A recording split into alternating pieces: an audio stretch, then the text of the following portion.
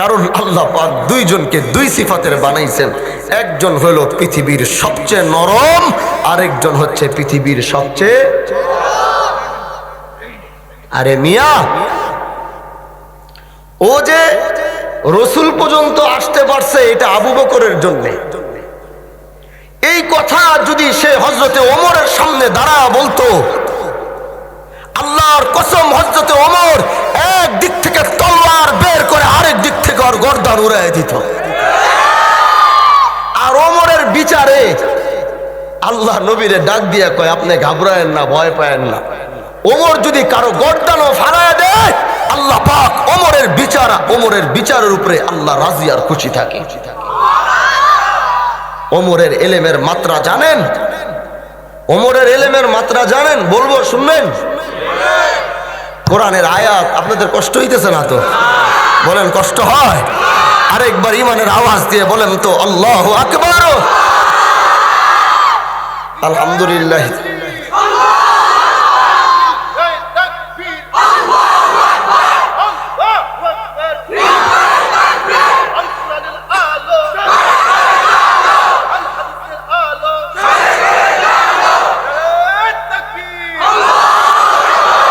মাঝে মাঝে এই তকবীর গুলো দিলে কি হয়? ইমান মজবুত হয়, ইমান চাঙ্গা হয়, ইমান গুলো উজ্জীবিত হয়। এই জন্য মাহফিলের ময়দানে মাঝে মাঝে একটু তকবীর দেওয়া দরকার, আসেনি ইনশাআল্লাহ? এজন্য ভাই আমার, ওমরের এলেম কেমন ছিল? তারপরে সামনের দিকে আগাচ্ছি। আল্লাহ পাকের কোরআনের আয়াত নাজিল হচ্ছে, সুম্মা খালাকনান নুতফাতা আলাকাতান ফাখালাকনাল আলাকা فخلقنا العلقة مضغة فخلقنا المضغة عظاما فكسونا العظام لحما ثم أنشأناه خلقا آخر। একদিকে নবী, একদিকে কাতেব। জিবরাইল আমিন তেলাওয়াত করছে, কাতেব লিখতেছে। আল্লাহ পাক এই পর্যন্ত সুম্মা আনশানাহু খালকান আখর আয়াত নাজিল শেষ। ওমর বৈশা রয়েছে একদিকে, নবী বৈশা রয়েছে একদিকে, কাতেব বৈশা রয়েছে আরেকদিকে। ওমর জিগা, ইয়া রাসূলুল্লাহ থামলেন কেন? নবী কয়, আল্লাহ এই পর্যন্ত আয়াত নাজিল করছে। ওমর আবার জিগায়, আল্লাহ কি এরপরে আর কিছু নাজিল করে নাই? কয় না। আল্লাহু আকবার। ওমর কি কয় জানেন? ওমর কয়, ইয়া রাসূলুল্লাহ, আল্লাহ যেদিকে শেষ করছে তারপর থেকে আমি শুরু করলাম, আপনি লেখেন ফাতাবারাকাল্লাহু আহসানুল খালিকিন। বলেন না আল্লাহু আকবার। আল্লাহ পাক নবীরে ডাক দিয়া কয়, ওগো ওমর যে আয়াতটা বলছে, যে কথাটা বলছে ফাতাবারাকাল্লাহু আহসানুল খালিকিন, আপনি ওই কাতেবকে বলে দেন আল্লাহ পাক এটাই নাজিল করছে। এলেমের মাকাম দেখছেন? এজন্য আল্লাহ দুইজনকে দুই রকম বানাইছে। একজন হলো পৃথিবীর সবচেয়ে নরম, আরেকজন পৃথিবীর। এইটা যদি আমি তো রাস্তা দিয়ে ঠিক মতোই যাচ্ছিলাম, হঠাৎ করে আমি ফিনহাসকে দেখলাম ও দাঁড়ায়া ওর অনুসারীদের সামনে কথা বলে। ওই সময় আমি ফিনহাসকে গিয়ে ওর অনুমতি নিয়ে ওর সামনে কথা বলেছি। আমি ওরে জিজ্ঞাসা করলাম, ও ফিনহাস তুমি আমারে বলো, আসমানি কিতাব তোমার এলেম থাকার পরেও তুমি কেন আল্লাহর উপরে ঈমান আনো না? তুমি কেন আখিরি জামানার নবীর উপরে ঈমান আনো না? কারণ তোমার মধ্যে যে কিতাবের এলেম রয়েছে, আল্লাহ পাক ওই কিতাবের মধ্যে আল্লাহ পাক দিয়েছে আখিরি জামানার নবী কে হবে। তাওরাতের যে এলেম তোমার মধ্যে রয়েছে, আল্লাহ পাক বলেছে আখিরি জামানার নবী কে হবে। ইনজিলের যে এলেম তোমার মধ্যে রয়েছে, আল্লাহ পাক বলেছে আখিরি জামানার নবী কে হবে। তাহলে তুমি কেন ঈমান আনো না? ও নবীও আপনার উপরে হিংসা করে, হিংসার কারণে ও ঈমান আনতে চায় না। আমি তখন তারে বললাম, ও ফিনহাস তুমি আল্লাহর উপরে ঈমান আনো, তুমি আখিরি জামানার নবীর উপরে ঈমান আনো। জানেন ও আমারে কি বলে? ও আমারে ডাক দিয়া কয়, তুমি আল্লাহর যে আল্লাহর দাওয়াত আমারে দিলা, যেই আল্লাহর দাওয়াত তুমি আমারে দিলা, তোমার আল্লাহ নিজেই গরিব, নিজেই মিসকিন, নিজেই ফকির।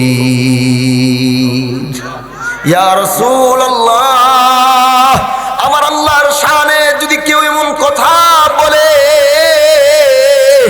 আমি আবু বকর তো তখন আর নরম থাকতে পারি না, তখন আমি নিজের আর ধরে রাখতে পারি নাই, আমি আর হাম থেকে আমি আসাদ হয়ে গেছি মুহাম্মাদুর রাসূলুল্লাহ ওয়াল্লাযীনা মাআহু আশিদ্দাউ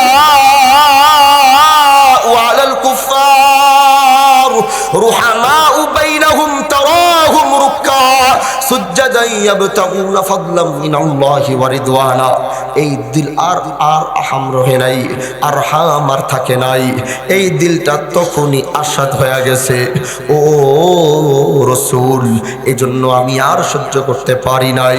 এত কথা শোনার পরে ফিনহাস পাশের থেকে দাঁড়ায়া কয়, ও মুহাম্মদ, তোমার আবু বকর এতক্ষণ দাঁড়ায়া দাঁড়ায়া যেই কথাটা বলল একটাও সত্যি বলে নাই, সবগুলো মিথ্যা কথা বলেছে। এবার আপনি আমাকে বলেন, আবু বকরের নামের শেষে কি? আবু বকর সিদ্দিক। সিদ্দিক মানে কি জানেন? বলেন না, সিদ্দিক মানে কি? ও বন্ধু আমার, যার নামের শেষেই সিদ্দিক বলা হয়, সে কি কোনোদিন মিথ্যা বলতে পারে? আল্লাহর নবী অবাক হয়ে গেল। আল্লাহর নবী চিন্তা করে, এত বড় কিতাবের এলেমওয়ালা মিথ্যা বলে, কিন্তু আমার আবু বকর তো আমার সামনে কোনোদিন দাঁড়াইয়া মিথ্যা বলতে পারে না। আমার আবু বকর তো কোনোদিন মুহাম্মাদুর রাসূলুল্লাহর সামনে দাঁড়ায়া আবু বকর মিথ্যা বলবে, এটা হতেই পারে না। আবু বকর যখন শুনলো আবু বকরকে মিথ্যাবাদী বানায় দিছে, আবু বকরের মাথাটা নিচের দিকে চইলা গেছে। আবু বকর তো কান্দে আর চোখের পানি ফালায়, আর আল্লাহরে ডাক দিয়া কয়, ও আল্লাহ, আজ তোমার মাহবুবের সামনে আমারে মিথ্যাবাদী বানায় দিছে, আমারে ঝুটা বানায় দিছে। কারণ আবু বকর তো সেই আবু বকর, মক্কার হারামের সামনে, বাইতুল্লাহর সামনে যখন মারামারি হয়, ওই মারামারির মধ্যে নবীরে না পাইয়া কাফেরেরা আবু বকরকে এমন মার দিছে। সিরাতে মুস্তাফা ইদ্রিস কান্দলবী রহমাতুল্লাহ আলাইহির এই কিতাব পড়ে দেখো, ওই আবু বকরকে হারাম আর বাইতুল্লাহর সামনে কাফেরেরা নবীর রাগ সব আবু বকরের উপরে উঠাইয়া আবু বকরকে এরকম মার দেওয়া হয়েছে। আবু বকর যখন বাড়িতে যায়, একদিন চলে যায়, আবু বকরের কোনো হুঁশ নাই, কোনো জ্ঞান নাই। আর 2 দিন চলে যায়, আবু বকরের হুঁশ নাই আর জ্ঞান নাই। 3 দিন চলে যায়, আবু বকরের হুঁশ নাই, কোনো জ্ঞান নাই। সবাই এবার মনে করেছে আবু বকরকে আর হয়তো বাঁচানো যাবে না, আবু বকর হয়তো এবার আল্লাহর রাহে বিদায় নিয়ে চলে যাবে। 3 দিন পরে হঠাৎ করে দেখে আবু বকরের চোখগুলো কেমন যেন নড়ে। সবাই বলে খুশি হয়ে গেছে, দেখো আবু বকরের চোখটা কেমন যেন নড়ে। চোখটা নড়তে নড়তে আবু বকরের চোখ দিয়ে শুধু বায়া বায়া পানি পড়ে। আর আবু বকরের এই 3 দিনের শরীরের মধ্যে খাবার নাই, দাবার নাই। এই অসুস্থ শরীর, এই দুর্বল শরীর নিয়া আবু বকর পিট পিট কইরা মুখ দিয়া কি যেন একটা বলতে চায়। সবাই বলে, দেখো এখন আবু বকর কি যেন একটা বলতে চায়, চোখের মধ্যে পানি আর মুখটা নড়ে, কানটা লাগায়। তখন আবু বকর পিট পিট করে 3 দিন পরে হুঁশ থেকে উঠার পরে প্রথম কথাই আবু বকরের মুখ থেকে বের হয়, আমারে বলো না আল্লাহর নবীর কি অবস্থা, আমারে বলো নবী কেমন আছে, আমারে বলো নবীর কি হালত, নবীর কোনো ক্ষতি তো হয় নাই, নবীর গায়ে তো কোনো আঘাত পড়ে নাই, নবীর সাথে তো কেউ কোনো বেয়াদবি করে নাই। এবার পিট পিট করে বলে, আমারে আর এখান থেকে উঠাও, আমার পায়ে যদি শক্তি থাকতো আমি তোমাদেরকে বলতাম না, আমার একটু নবীর দরবারে নিয়ে যাও, আমি রসুলরে একটা নজর দেখতে চাই। আর ওই মক্কার অবস্থা এত গরম, নবীও ঘর থেকে বের হইতে পারে না, কিন্তু নবীও আবু বকরকে মনে মনে স্মরণ করে যে আমার আবু বকরটা কেমন আছে, আমার আবু বকরটা কোথায় কি অবস্থায় আছে। এই আবু বকর বলে, আমারে 2 কাঁধের মধ্যে হাত দিয়া আমারে উঁচা কইরা ঢেলান দিয়ে আমারে নবীর দরবারে নিয়ে যাও। আবু বকর এই দুই ঘাড়ের ভিতরে হাত দিয়া 3 দিন পরে হুঁশ আসার পরে আল্লাহ নবীর দরওয়াজার সামনে দাঁড়ায়া যখন ধাক্কা দেয়, নবী বলে কে? বাইরে থেকে বলে আবু বকর আসছে আপনার সাথে দেখা করার জন্যে। নবী দৌড়ে এসে দেখে আবু বকর দুই ঘাড়ে হাত দিয়া দাঁড়ায়া। নবী চোখের পানি ধইয়া রাখতে পারে না, আবু বকরকে বুকের মধ্যে চড়ায়া। ও বন্ধু আমার, এবার আপনি বলেন এই আবু বকর কি আল্লাহর শানে, আল্লাহর শানে যে কথাগুলো বলেছে নবীর সামনে কি এই আবু বকর কোনোদিন দাঁড়ায়া মিথ্যা বলতে পারে? ও বন্ধু আমার, ও বন্ধু আমার, এবার আবু বকর মাথার নিচে, আবু বকর কান্দে। এবার আবু বকর, আবু বকর এবার মাথাটার নিচের দিকে, আবু বকর কান্দে। নবীও দাঁড়ায় রইছে, কারণ নবীও এবার চিন্তা করে এত বড় এলেমওয়ালা, এত বড় এলেমওয়ালা কি মিথ্যা কথা বলবে? না, আমার আবু বকর মিথ্যা বলবে।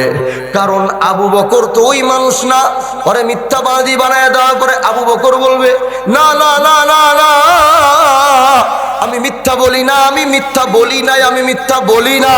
আবু বকর তো এই চরিত্রের মানুষ না। আল্লাহ পাক যদি হায়াতে বাঁচায় রাখে, বাকি আলোচনা ইনশাআল্লাহ এরপরে আবার যখন আসবো তখন আবার আপনার পাক যেন এই দেখা আমাদেরকে রাজপথে করায়, আল্লাহ যেন এই পথা আমাদেরকে ইসলামের বিজয়ের জন্য করায়। কি বলো, পারবো তো ইনশাআল্লাহ? ও যুবক, আগামীর বাংলাদেশ ইসলামের বাংলাদেশ, এটার জন্য আমরা সর্বদা আলেমদের সাথে, আলেমদের পাশে থাকতে পারবো তো ইনশাআল্লাহ? আল্লাহ কবুল করো। নাসরুম মিনাল্লাহ ওয়া ফাতহুন করিব ওয়া বাশশিরিল মুমিনিন। আসসালামু আলাইকুম ওয়া রাহমাতুল্লাহি ওয়া